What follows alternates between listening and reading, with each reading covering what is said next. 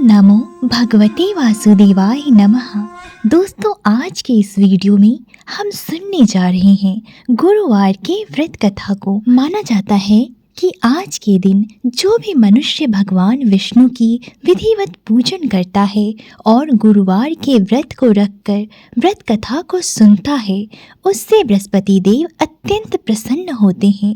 यह व्रत अत्यंत ही फलदायी और मनोकामना पूर्ति करने वाला है। अग्नि पुराण के अनुसार अनुराधा नक्षत्र युक्त गुरुवार से आरंभ करके 7 गुरुवार व्रत करने से बृहस्पति ग्रह की हर पीड़ा से मनुष्य को मुक्ति मिलती है। प्रिय भक्तगणों, पूरी श्रद्धा और शांत मन से इस कथा को अंत तक अवश्य सुनिएगा और भक्ति भाव से कमेंट में जय श्री हरे विष्णु, ओम नमो भगवते वासुदेवाय नमः और जय श्री कृष्णा बृहस्पति देवताय नमः इन मंत्रों को अवश्य ही लिखिएगा। बृहस्पतिवार की व्रत कथा के अनुसार प्राचीन समय में एक नगर में एक बड़ा व्यापारी रहता था। वह व्यापारी जहाज़ों में माल लदवाकर दूसरे देशों में भेजा करता था। वह जिस प्रकार अधिक धन कमाता था, उसी प्रकार जी खोलकर धन का दान भी किया करता था। लेकिन उसकी पत्नी बहुत ही कंजूस थी। वह एक दमड़ी भी किसी को देना नहीं चाहती थी। एक बार जब सेठ दूसरे देश में व्यापार करने गया तो उसके पीछे से बृहस्पति देव ने साधु का वेश धारण कर उसकी पत्नी से भिक्षा मांगी। लेकिन व्यापारी की पत्नी बृहस्पति देव से बोली, हे साधु महाराज, मैं इस दान और पुण्य से तंग आ गई हूँ। आप कोई ऐसा उपाय बता दें जिससे मेरा सारा धन नष्ट हो जाए और मैं आराम से रह सकूं।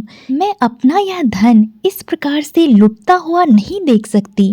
बृहस्पति देव ने कहा, हे देवी, तुम तो बड़ी विचित्र हो। संतान और धन से भला कौन दुखी होता है? अगर अधिक धन है तो इसे शुभ कार्यों में लगाओ, कुंवारी कन्याओं का विवाह कराओ, विद्यालय और बाग बगीचों का निर्माण कराओ। ऐसे पुण्य कार्य करने से तुम्हारा लोक परलोक सार्थक हो सकता है। परंतु साधु की इन बातों से व्यापारी की पत्नी को बिल्कुल भी खुशी नहीं हुई। व्यापारी की पत्नी ने कहा, मुझे ऐसे धन की आवश्यकता नहीं है जिसे मैं दान दे सकूं। तब बृहस्पति देव बोले, यदि तुम्हारी ऐसी ही इच्छा है तो तुम एक उपाय करना।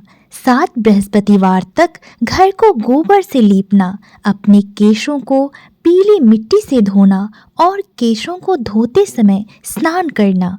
व्यापारी से हजामत बनाने को कहना और भोजन में मांस मदिरा खाना।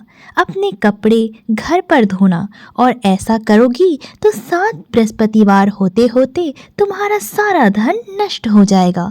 इतना कहकर बृहस्पति देव अंतर्ध्यान हो गए। व्यापारी की पत्नी ने बृहस्पति देव के कहे अनुसार 7 बृहस्पतिवार तक वैसा ही करने का निश्चय किया। लेकिन अभी केवल 3 बृहस्पतिवार ही बीते थे कि उसकी समस्त धन संपत्ति नष्ट हो गई और वह भी परलोक सिधार गई। जब व्यापारी वापस आया तो उसने देखा कि उसका सब कुछ नष्ट हो गया है। उस व्यापारी ने अपनी पुत्री को संतावना दी और दूसरे नगर में जाकर बस गया। वहाँ वह जंगल से लकड़ी काट कर लाता और शहर में लकड़ी बेचता और इसी प्रकार से वह अपना जीवन व्यतीत करने लगा। एक दिन उसकी पुत्री ने अपने पिता से कहा कि पिताजी, मुझे दही खाने की इच्छा हो रही है। लेकिन व्यापारी के पास दही खरीदने के पैसे नहीं थे। वह अपनी पुत्री को आश्वासन देकर जंगल में लकड़ी काटने चला गया और वहाँ एक वृक्ष के नीचे बैठकर अपनी पूर्व दशा पर विचार कर रोने लगा।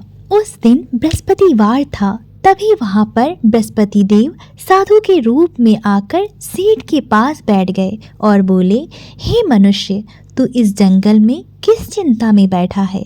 तब व्यापारी बोला कि हे महाराज, आप तो सब कुछ जानते हैं। इतना कहकर व्यापारी अपनी कहानी सुनाकर जोर जोर से रोने लगा। बृहस्पति देव बोले, देखो बेटा, तुम्हारी पत्नी ने बृहस्पति देव का अपमान किया था, इसी कारण तुम्हारा यह हाल हुआ है। लेकिन अब तुम किसी प्रकार की चिंता मत करो।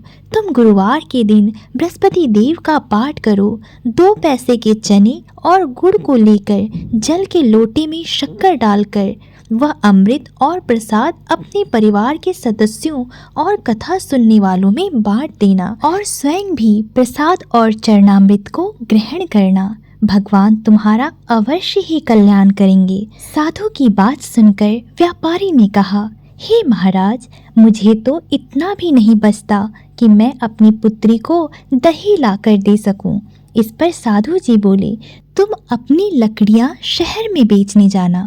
तुम्हें आज अपनी लकड़ियों के दाम पहले से चौगुने मिलेंगे, जिससे तुम्हारे सारे कार्य सिद्ध हो जाएंगे। उसने लकड़ियां काटी और शहर में बेचने के लिए चल पड़ा। उसकी लकड़ियां अच्छे दाम में बिक गई। साधु की बात सच होता देख वह व्यापारी बहुत ही खुश हो गया। उसने खुशी खुशी अपनी बेटी के लिए दही खरीदा और गुरुवार की कथा के लिए चना और गुड़ लेकर कथा की और प्रसाद बांटकर स्वयं भी खाया। उसी दिन से उसकी सभी कठिनाइयां दूर होने लगी। परंतु अगले बृहस्पतिवार को वह कथा करना भूल गया। अगले दिन वहां के राजा ने एक बड़े यज्ञ का आयोजन कर पूरे नगर के लोगों के लिए भोज का आयोजन किया। राजा की आज्ञा के अनुसार पूरा नगर राजा के महल में भोज करने गया, लेकिन वह व्यापारी और उसकी पुत्री तनिक विलंब से पहुंचे। अतः उन दोनों को राजा ने महल में ले जाकर भोजन कराया। जब वे दोनों लौटकर आए तब रानी ने देखा कि उसकी खूंटी पर टंगा हुआ हार गायब है। रानी को व्यापारी और उसकी पुत्री पर संदेह हुआ कि उसका हार उन दोनों ने ही चुराया है। राजा की आज्ञा से उन दोनों को कारावास की कोठरी में कैद कर दिया गया। कैद में पड़कर दोनों अत्यंत ही दुखी हुए। वहां उन्होंने बृहस्पति देवता का स्मरण किया। तब बृहस्पति देव प्रकट होकर व्यापारी को उसकी भूल का आभास कराए और उन्हें सलाह दी कि गुरुवार के दिन कैद खाने के दरवाजे पर तुम्हें 2 पैसे मिलेंगे। उनसे तुम चने और मुनक्का मंगवाकर विधि पूर्वक बृहस्पति देवता का पूजन करना।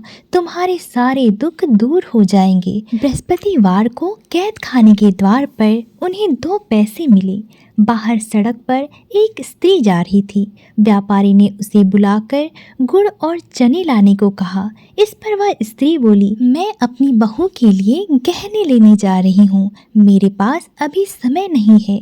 और इतना कहकर वह चली गई।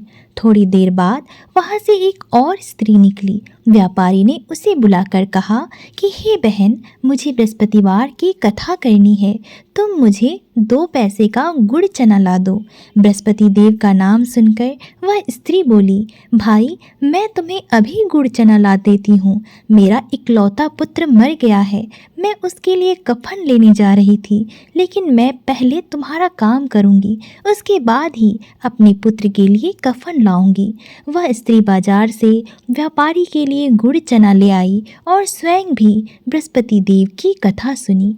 और कथा समाप्त होने के पश्चात वह स्त्री कफन लेकर अपने घर चली गई। घर पर लोग उसके पुत्र की लाश को राम नाम सत्य है कहते हुए शमशान ले जाने की तैयारी कर रहे थे। स्त्री बोली, मुझे अपने लड़के का मुख देख लेने दो। अपने पुत्र का मुख देखकर वह स्त्री ने उसके मुख में प्रसाद और चरणामृत डाला। प्रसाद और चरणामृत के प्रभाव से उसका पुत्र पुनः जीवित हो गया। पहली स्त्री जिसने बृहस्पति देव का निरादर किया था, वह जब अपने पुत्र के विवाह के लिए पुत्र वधू के लिए गहने लेकर लौटी और जैसे ही उसका पुत्र घोड़ी पर बैठकर निकला, वैसे ही घोड़ी ने ऐसी उछाल मारी कि वह घोड़े से गिरकर मर गया। यह देखकर स्त्री रो रो कर बृहस्पति देव से क्षमा याचना करने लगी। उस स्त्री की क्षमा याचना से बृहस्पति देव साधु वेश में वहां पहुंचे और कहने लगे कि तुम्हें अधिक विलाप करने की आवश्यकता नहीं है। यह बृहस्पति देव का अनादर करने के कारण हुआ है। तुम वापस जाकर मेरे भक्त से क्षमा मांगकर कथा सुनो, तभी तुम्हारी मनोकामना पूर्ण होगी। जेल में जाकर उस स्त्री ने व्यापारी से माफी मांगी और उसके मुख से बृहस्पति देव की कथा को सुनी। कथा के उपरांत वह प्रसाद और चरणामृत लेकर अपने घर वापस गई और घर आकर उसने अपने मृत पुत्र के मुख में चरणामृत और प्रसाद डाला। चरणामृत के प्रभाव से उसका पुत्र भी पुनः जीवित हो उठा। उसी रात बृहस्पति देव ने राजा के सपने में आकर कहा कि हे राजन, तूने जिस व्यापारी को और उसकी पुत्री को जेल में कैद कर रखा है वह बिल्कुल निर्दोष है। तुम्हारे रानी का हार वहीं खूंटे पर टंगा है। दिन निकला तो राजा रानी ने हार खूंटी पर लटका हुआ देखा और राजा ने उस व्यापारी और उसकी पुत्री को रिहा कर उनसे माफ़ी मांगी। उन्हें आधा राज्य देकर उसकी पुत्री का विवाह उच्च कुल में करवाकर दहेज में हीरे जवाहरात दिए। इस प्रकार बृहस्पति देव की कृपा से वह व्यापारी फिर से धन धान्य को प्राप्त हुआ। उसका जीवन सुख समृद्धि से भर गया और वह खुशी पूर्वक अपने जीवन को व्यतीत करने लगा। कहते हैं कि जो भी मनुष्य पूरी श्रद्धा से गुरुवार के दिन व्रत रखता है और केवल व्रत कथा का श्रवण कर लेता है, उसे अपार पुण्य की प्राप्ति होती है। साथ ही बृहस्पति देव की कृपा से सभी मनोकामनाओं की पूर्ति होती है। बोलिए बृहस्पति देव की जय, विष्णु भगवान की जय।